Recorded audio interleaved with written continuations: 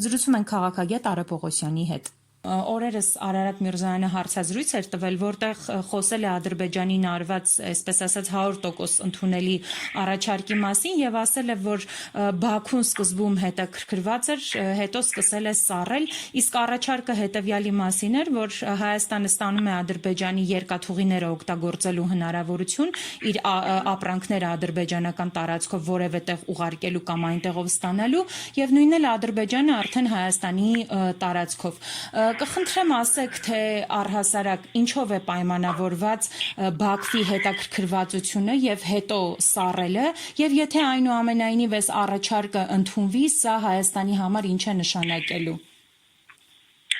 Տեսեք, եթե ըստ էության խոսքը այս պահին այն մասին է, որ կոմունիկացիաները ապաշրջափակվում են առանց նախապայմանների, սա բոլորովին այլ խնդիր է։ Բաքվի հռետորաբանությունը հետեւյալն է.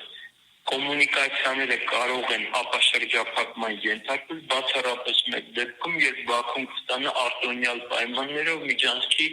օգտագործման հնարավորություն։ Սա Բաքվի պայմանն է եւ հաճախ տարբեր խուսանավումների միջոցով երբեմն ցույց տալով, որ հետաքրքրված է սրանով, երբեմն ցույց տալով, որ դա այլևս իր համար ակտուալ չէ, դա Հայաստանի շահերից է բխում, այսինքն տնտեսապես կամ կոմունիկացիոն իմաստով փորձելով Հայաստանի շահագրգռել, նման մանևրների միջոցով փորձում է հասնել իր գլխավոր նպատակին, ինչպես նշեցի, արտոնյալ պայմաններով ճանապարհի ասել է, թե միջանցքի օգտագործման իրավունք ստանալն է։ Իսկ սկզբանե համաձայնվել կամ չհամաձայնվել, սա ես համարում քաղաքական խաղ, որով Բաքուն կարող է մեկ հայտարարել, որ սկզբունքորեն դեմ չէ, բայց հետագայում փոխել իր որոշումը, ի վերջո Բաքվի մարտավարությունը մեծ խաչ հայտնի է, ինչպիսի հնարքների միջոցով է ժամանակ առ ժամանակ փոխում նախապես ձեռք բերված պայմանավորվածությունները։ Ավելին, նույնիսկ Բաքուն ստորագրված փաստաթղթերն է հմտորեն կարողանում շրջանցել, դրանք չեղյալ համարել առնվազն իր համար, ելուր մնաց բանավոր որևէ պայմանավորվածության գալ հետագայում չեղարկելը։ Դա ես կարծում եմ ամենը Բաքվի կողմից ուսանավելու հնարավորություն է,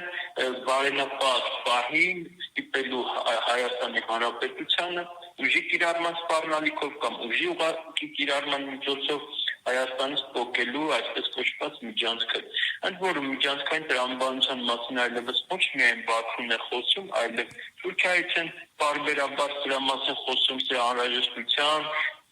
եւ սրա առաջնահերթության մասին խոսում, այնպես որ ես կարծում եմ, որ ինչպիսի առաջարկել Հայաստանից մանևրային հնչի, Բաքուն քանի դեռ տեսնում է հնարավորություն, որ կարող է ստանալ միջանցք, ստիպելու է հասնել դրան։ Իսկ այն առաջարկները, որոնք այս պահին արվում են Հայաստանի Հանրապետության կողմից, իմ խորին համոզմամբ դրանք Բաքուն համարում է այլևս իր համար ձեռքը բերում, այսինքն background, որից ավելին ստանալու դեպքում լավ, եթե ոչ, սա արդեն ձեռք բերում է եւ ունի։ Պարոն Պողոսյան, եւս մեկ հարց, իսկ Բաքվի կողմից տարվող այդ խաղի մեջ Հայաստանը առհասարակ ինչ դիրքում է։ Մենք էլ ենք այդ խաղերից խաղի որևէ կողմ ներկայացնում, թե ուղղակի տրվել ենք Բաքվի սադրանքներին եւ այդպես շարունակում ենք մինչեւ հիմա ու այլ քայլի հնարավորություն էլ չունենք։ Տեսեք, ես կարծում եմ, որ այս պահին Բաքուն պրոակտիվ քաղաքականության միջոցով փորձում է իր նպատակները իրագործել։ Հայաստանի Հանրապետությունը արդյոք որևէ խաղ իրականացնում է։ Ես կարծում եմ, որ Հայաստանի Հանրապետության իշխանությունները ընդհանրապես այս պահին ռեակտիվ գործողությունների միջոցով փորձում են ինչ-որ կերպ ժամանակ շահել, ժամանակ ձգել, փորձում են ինչ-որ կերպ այս կամ այն միջազգային խաղացողի դիրքորոշումը օգտագործելով ժամանակ ձգել։ Ես կարծում եմ Հայաստանի այսպես մասնակցային քաղաքականությունը այս բան գոնե այսքանով է շահմանակում, պրոակտիվ որևէ գործողություն Հայաստանի Հանրապետության կողմից չեմ տեսնում, բացառությամբ այն այսպես կոչված խաղաղության խաչմերի նախագիծը, որը ըստ ի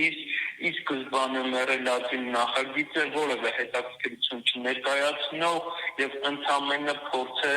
այսպես ներկայացնել, որ Հայաստանն էլ ինչ-որ առաջարկ ունի այդ պարագայում եւ դա կարող է շատ ավելի պրոդուկտիվ առաջարկ ձևավորել եւ այդ առաջարկը իսկապես կարող է հիմնական դերակատարներին հաշվի առնելով աշխարհաքաղաքական իրավիճակը տարբեր միջազգային պայմանավորվածություններ կարող է հետաքրքրություն ներկայացնել, բայց այն ինչ որ ներկայացնում է Հայաստանի իշխանությունների կողմից, դա որևէ կերպ չի շոշափում աշխարհաքաղաքական իրողությունները ներկայում եւ որևէ կերպ իր հիմքում չունի այնպիսի հաշվարկ, թե ինչպիսին կարող է լինել աշխարհաքաղաքական դասավորվածություն ապագայում եւ ինչպես այդ նախագիծը կարող է իրողություն դառնալ կամ հետաքրքրություն ներկայացնել հիմնական դերակատարների համար։ Դրանով պայմանավորված ընդհանրապես այս մի էպիզոդն է, որը խոսում է Հայաստանի իշխանությունների կողմից ինչ-որ քայլի մասին, բայց այն կարծում եմ, որ որևէ շահագրգռվածություն չի կարող ապահովել իր շուրջ։